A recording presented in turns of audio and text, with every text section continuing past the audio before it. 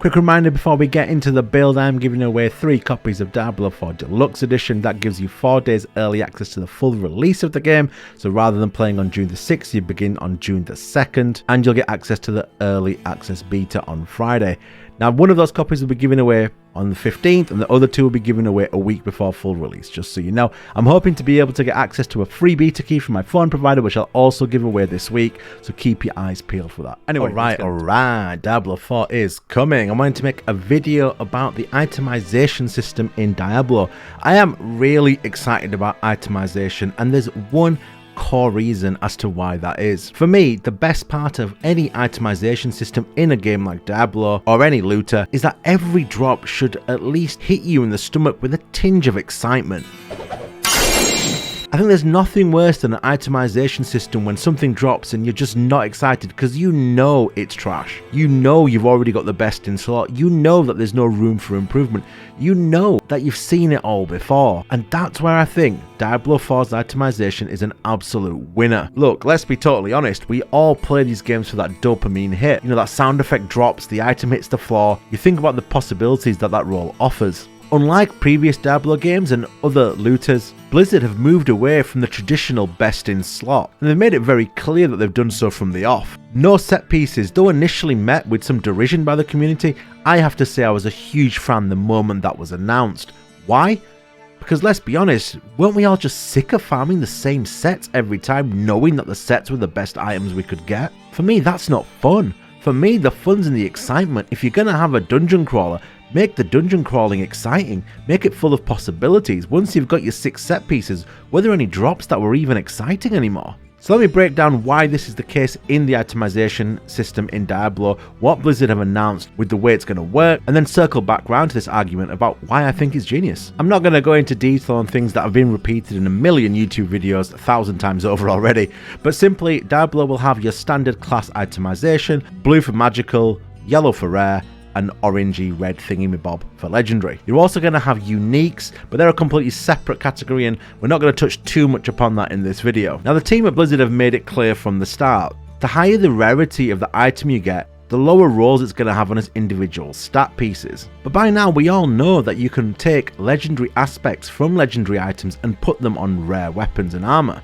With the rare items rolling higher base stats than the legendary counterparts, this means that rare items are going to be your best in slot once you put the legendary aspect on it that you want. Now what that means is that every single rare item that drops is going to be an exciting moment in Diablo 4, because every single one could possibly be an ability to get an upgraded legendary, because when you move your legendary aspect over to the rare, it transforms that rare into a legendary. This is actually a fantastic system, and as soon as I heard about it, I knew that that was the system that was right for Diablo. The counter argument is that it may make legendaries redundant, but my counter argument to that counter argument is that the legendary may still have a place in a build, because you will need the rare to roll better stats than the legendary and get the rare item that can house the legendary aspect. But what's more exciting than every single drop possibly being an upgrade? We all know we get to a time in many looters where we've already got everything we need, and none of the drops are exciting. Quite simply, this change by Blizzard is fantastic for the longevity of Diablo 4. Now, I believe the system at the moment is that the lowest legendary roll will be moved on to a rare, thus still giving a home for legendary weapons and armor. But I am all for a dungeon crawling system when you're loading into nightmare dungeons and your legendary and rare drops are all possible upgrades to your build. Not only to your build,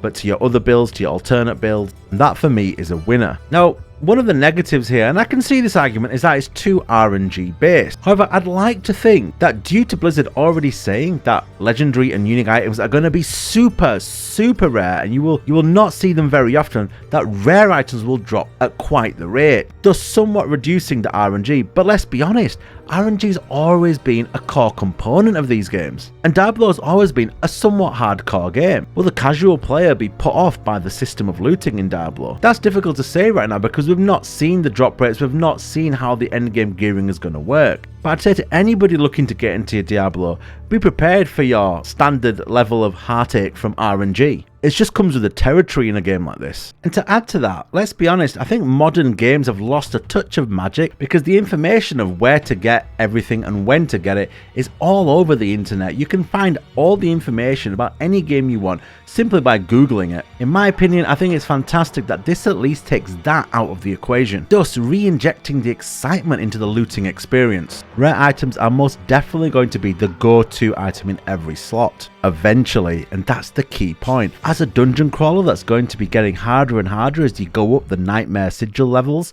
for your dungeons. All these upgrades are going to be needed, and therefore that need to find and collect that drop is always going to be there. And with the rare system, it's going to be a possibility on every enemy you kill. I remember playing Diablo 3 Reaper of Souls and seeing set item drops and legendary drops and ancient drops and just not being very excited after a while. At least here, there's always going to be some excitement when you hear the now infamous sound of a loot drop in Diablo.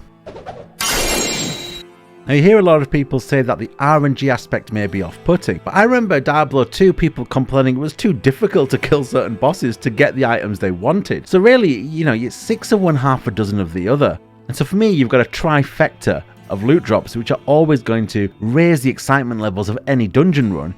You've got your rares, which are going to be your best in slots if you hit that kind of bingo lottery roll of five slots being amazing. And you then got your legendaries, and not only are you looking for that legendary affix which you can move onto a god tier rare, you're also going to be hoping for a legendary that has the maximum level of rolls it can possibly get. And that's because when you move the legendary over to the rare, it's going to have the minimum roll of that legendary affix, so technically you could still get an upgrade with the legendary drop, therefore keeping legendaries exciting. So to circle back round as to why I feel the loot system is genius, this is how it's going to work in Diablo. To get your baseline up, it should be pretty straightforward, relatively speaking. Get your rares, get together a bunch of good stats, and start going through your nightmare dungeons. When you start getting legendaries, you don't take the aspect off them straight away, you simply use the legendary and start working on your build. And then you're going to be at a point where you start shifting legendaries from legendaries to your rares, thus freeing up the slot that your legendary was on previously. Hopefully at this point you'll have a unique that can push you down a path of a certain class fantasy. Throw this in with your rare gear, which will have good stat rolls hopefully, and an increasing number of legendary drops, you'll begin to start putting together a build. Now once you have that, it's about getting excited about what's coming next, and that's all going to be about upgrades, min-maxing.